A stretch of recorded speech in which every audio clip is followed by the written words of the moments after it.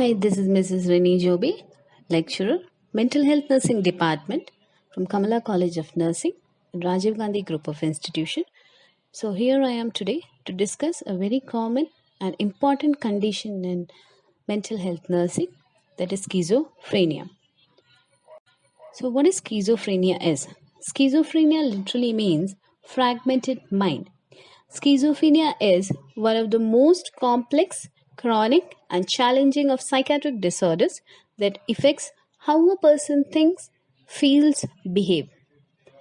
As mentioned in the figure, a schizophrenic brain as well as a healthy brain. It also represents a heterogeneous syndrome of disorganized thoughts, delusions, hallucination, and impaired psychosocial functioning. Next, moving towards the definition of schizophrenia. So, schizophrenia is a psychotic condition characterized by disturbance in thinking, emotions, violations, and faculties in the presence of clear consciousness, which usually leads to social withdrawal. Moving towards the etiology of schizophrenia. While many factors have been associated with developing schizophrenia, including genetics, early environment, neurobiology, and psychological and social process, the exact cause of the disease is unknown. Genetic predisposition, environmental, social, and psychological factors can lead to neurodevelopment abnormalities and target features. That also can lead to brain dysfunction. Improper balance of chemical can lead to schizophrenia. Some of the etiological factors of schizophrenia are biological factors as well as psychosocial factors. So, biological factors of schizophrenia are genetic vulnerability, neurochemical factors, structural abnormalities of the brain, neurodevelopment abnormalities, expressed emotion, precipitating stress. And some of the psychosocial etiological factors of schizophrenia are dysfunctional cognitive habits, stress of urban living, being an immigrant, stressful family communication patterns, as well as family members' negative attitude. So, these are the etiology of schizophrenia. So, next, moving towards the epidemiology, the prevalence of schizophrenia ranges from 0.6% to 1.9% within an average of approximately 1%. Schizophrenia most commonly has its onset in late adolescent or early adulthood and rarely occurs before adolescence or after the age of 40 years. The peak ages of onset are 20 to 30 years for males and 26 to 32 years for females, as mentioned in the figure also.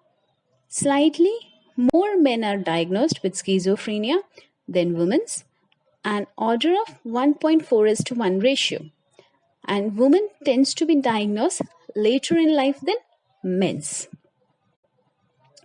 So next, moving towards the clinical types of schizophrenia. So first clinical types of schizophrenia is paranoid schizophrenia. It's a common form of schizophrenia with prominent hallucination or delusions. It may develop at a later age than other types of schizophrenia. Speech and emotions may be unaffected at the risk of suicidal or violent behavior under influence of delusions. Second type of schizophrenia is hypomanic or disorganized schizophrenia, that is, behavior is disorganized and without purpose. Thoughts are disorganized, difficulty to understand by others, pranks, giggling, health complaints, grimacing, and mannerism are common. Delusion and hallucination are fleeting, usually develops between 15 to 25. So, third type of schizophrenia is catatonic schizophrenia. It is rare than other types at a risk of malnutrition, exhaustion, or self-injury. Unusual movements, often switching between extreme or overactivity and stillness, unable to talk in catatonia. Next type of schizophrenia is undifferentiated schizophrenia. Some characteristics of paranoid, hyperbaric, or catatonic schizophrenia, but does not obviously fit one of these types. Next type is residual schizophrenia, past history of psychosis but only having negative symptoms. Last one is post-schizophrenic type. So these are the general clinical types of schizophrenia. Moving towards the clinical features of schizophrenia. So according to Eugene Blower maintained that for the diagnosis of schizophrenia are most important the following four fundamental symptoms, that are affective blunting, disturbance of association, fragmented thinking, autism, ambivalence. This group of symptoms are called 4A's, and Blower thought that they are primary for this diagnosis. The other known symptoms, hallucination, delusions, which are appearing in schizophrenia, very often also he used to call as secondary symptoms. So secondary symptoms are caused by quite different factors. Next clinical features is, according to Skander, formulated what he considered to be pathognomic or first rank of symptoms of schizophrenia in 1959.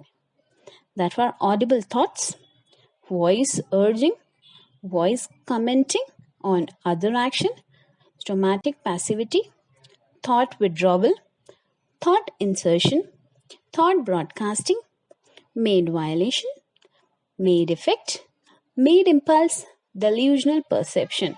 So these are the clinical features. Towards the schizophrenia, it is also characterized by disturbance in thought and speech, disturbance in perception, disturbance in motor activity, disturbance in affect or negative symptoms, relation to external world. Some of the common symptoms of schizophrenia are positive symptoms, negative symptoms, as well as cognitive deficit. Positive symptoms refers to overt symptom that should not be present. This includes hallucination, delusion, disorganized thoughts. Negative does not refer to personal attitude, but instead lack of characteristics that should be present. Reduced speech, even when encouraged to interact, lack of emotion and facial expression, diminished ability to begin and sustain activities, decreased ability to find pleasure in everyday social withdrawal. Some cognitive deficits are difficulty with following aspects of cognition, can make it hard to live a normal life to earn a living. That is memory and attention. So these are the common symptoms of schizophrenia. So next, moving towards the diagnosis. So in diagnosis, first one is medical history. In medical history, it is the first step of diagnosis of schizophrenia. This may be done to find out the other problems that can cause symptoms and to check the related complications. Next one is blood testing and imaging. A complete blood test, CBC, test is useful to monitor general health and rule out the other condition that may be responsible for the symptoms. The blood test can provide accurate information about the involvement of recreational drugs, whereas certain imaging techniques such as magnetic resonance imaging, that is MRI, or computed tomography, CT scan, may be aid in the diagnosis. Next is psychiatric evaluation. A doctor or a mental health professional can check mental status by observing appearance, asking about the thoughts, moods, and awareness. A person may be diagnosed if they have at least 2 of these common symptoms, usually over a month. That can be delusion, hallucinations, disorganized behavior, disorganized speech and thought process, catatonic behavior, presenting as strong days or hyperactivity, negative symptoms, impaired normal function. So next, moving towards the prognosis of schizophrenia. There is no cure for schizophrenia. Fortunately, there are effective treatments that can reduce the symptoms, decrease the likelihood that new episodes of psychosis will occur, shorten the duration of psychotic episodes, and in general, offer the majority of people the possibility of living more productivity and satisfying lives. With the proper medication and supportive counseling, the ability of schizophrenic person is to live and function relatively well as in the society is excellent. So next, moving towards the management of schizophrenia, first can be hospitalization during the crisis period or time of severe symptoms. Hospitalization may be necessary to ensure safety, proper nutrition, adequate sleep, and basic hygiene. In psychosocial interventions, first, individual therapy should be given, social skill training can be given, family therapy can be given, vocational rehabilitation, and supportive employment. In individual therapy, psychotherapy may help to normalize the thought patterns, also learning to cope with the stress and identify early waiting signs of relapse that can help the people to manage their illness.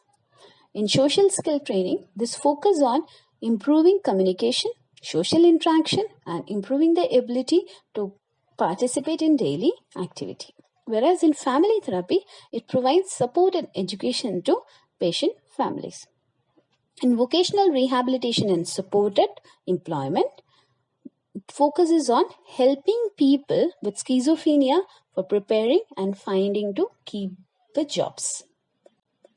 Next, we can also give electroconvulsive therapy ECT for adults with schizophrenia who do not respond to drug therapy. ECT may be considered and it is helpful for someone who also has depression. This indication for ECT in schizophrenia are catatonic stupor, uncontrolled catatonic excitement, acute exhilaration not controlled with drugs, risk for suicide, homicide, or danger of physical assault. Cognitive behavior therapy, that is CBT, that aims to help to identify the thinking pattern that are causing to have unwanted feeling and behavior and learn to replace this thinking with more realistic and useful thoughts.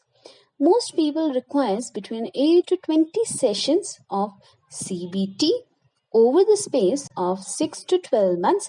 CBT sessions usually is for an hour. Next is clinical management. In clinical management, the APA guidelines treatment is recommended for the patient with the schizophrenia that can be divided in 3 phases, that is acute phase, stabilizing phase, and stable phase. In acute phase, it can be initial presentation, that is 4 to 8 weeks, that can be defined as acute psychotic episodes. Second one is stabilizing phase, that is early symptoms of remission as long as 3 months, limited translation to continuing treatment. Third one is stable phase. In that, it will involve stable treatment. This clinical management will occur according to APA guidelines, that is American Psychiatric Association. So here I conclude my session on schizophrenia. If you have any doubts, kindly comment below. Thank you.